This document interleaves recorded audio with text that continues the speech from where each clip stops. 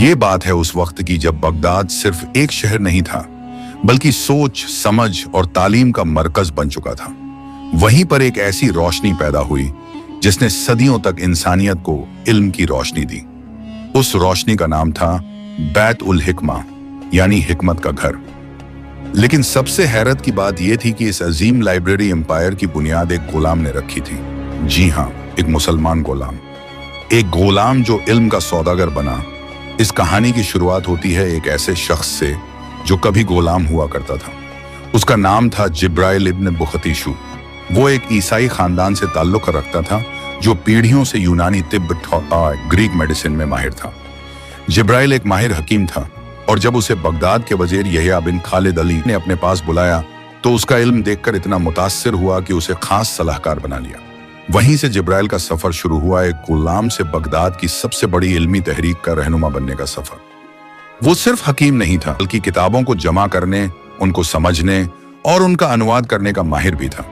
उसी दौर में पहली बार बगदाद में ग्रीक, फारसी और संस्कृत किताबों को अरबी में तर्जुमा किया जाने लगा। बैतुल हिकमा इल्म का वो समुंदर जो हर दिल को सींचता था। जब खलीफा हारून अल रशीद ने इस सिलसिले को सराकारी सरपरस्ती दी और फिर उसके बेटे खलीफा अल मामून ने इसे एक मिशन में बदल दिया। बैतुल हिकमा एक लाइब्रेरी नहीं, एक तहजीब बन गई। यहाँ सिर्फ किताबें नहीं थी, यहाँ वो लोग थे जो सोचते थे, समझते थे और नई दुनिया को तामीर कर रहे थे। यूनानी फलसफा, फारसी तिब्ब, हिंदुस्तानी गणित और रियाजी के उसूल, सब कुछ यहाँ जमा किया गया। बैतुल हिकमा में यहूदी, ईसाई, हिंदू और मुसलमान सब साथ बैठकर तालीम की मशाल जला रहे थे। यह इंसानियत की एक ऐसी तस्वीर थी जहां मजहब की नहीं बल्कि इल्म की बादशाहत थी। अल मामून और बैतुल हिकमा की बुलंदियां। जब खलीफा अल मामून ने बगदाद की खिलाफत संभाली तो उसका सबसे बड़ा शौक था इल्म। उसने अपने दौर को सिर्फ तलवारों से नहीं बल्कि कलमों से फतेह किया। वो कहता था, अगर मुझे दुनिया की कोई दौलत सबसे अजीज है तो वो है इल्म। अल मामून ने बैतुल हिकमा को एक ऐसी तंजीम में बदल दिया जो सिर्फ किताबें पढ़ती नहीं थी बल्कि किताबें बनाती थी, तर्जुमा करती थी और नई सोच पैदा करती थी। उसने दुनिया भर के मुल्कों में खास कारवां भेजे, बिजेंटाइन, फारस और हिंदुस्तान तक, ताकि वहां से किताबें खरीद कर लाई जाएं और बगदाद में जमा की जाएं। कोई भी हकीम, फलसफी या रियाजी दानिश्वर अगर किसी किताब का अच्छा अनुवाद करता था तो अल मामून उसे सोने में तौला करता था। वो मजहबी रुकावटें नहीं, इल्मी पुल बनाते थे। बैतुल हिकमा में काम करने वाले सिर्फ मुसलमान नहीं थे, वहां नसरानी, अवातकानी, ईसाई, यहूदी, जरथोस्ती, यहाँ तक कि हिंदू पंडित भी बैठते थे। उनकी हैसियत सिर्फ मजहब से नहीं बल्कि इल्म और हुनर से तय होती थी। यहाँ यूनानी किताबें जैसे अरस्तु, एरिस्टोटल, अफलातून, एपाडिसमानीस, प्लेटो और हिप्पोक्रेटिस की तिब्ब और फलसफा पर लिखी गई किताबों का अरबी में तर्जुमा हुआ। हिंदुस्तानी गणित की किताबों से अलजेब्रा और जीरो की तजरीह निकली। जहां हर दीवार एक किताब थी और हर किताब एक दुनिया। बैतुल हिकमा सिर्फ एक लाइब्रेरी नहीं बल्कि एक इल्मी कारखाना था। वहां तर्जुमा करने वाले अलग कमरों में बैठे होते, नक्काशी करने वाले पन्नों को सजाते, तिब्ब के उस्ताद इजादात करते और रियाजी दानश्वर नए उसूल बनाते। यहां से निकले कई नाम आज भी जिंदा हैं। हुनैन इब्न इसहाक यूनानी से अरबी तर्जुमा का उस्ताद, सबित इब्न कुर्रा रियाजी और फल्कियात का माहिर, अल ख्वारिजमी जिनके नाम पर अलगोरिदम बना।